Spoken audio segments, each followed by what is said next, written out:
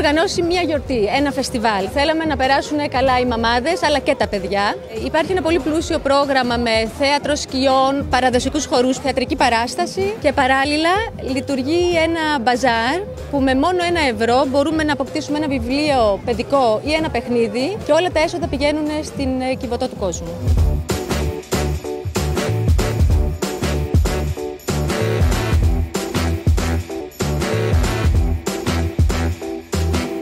Η Miritel στηρίζει την προσπάθεια του iMummy για την ενίσχυση της Κιβωτού του Κόσμου. Είναι πολύ σημαντικό να ευαισθητοποιηθούν όλο ένα και περισσότεροι πολίτες και εταιρείες σε ανάλογες ενέργειες για το κοινό καλό.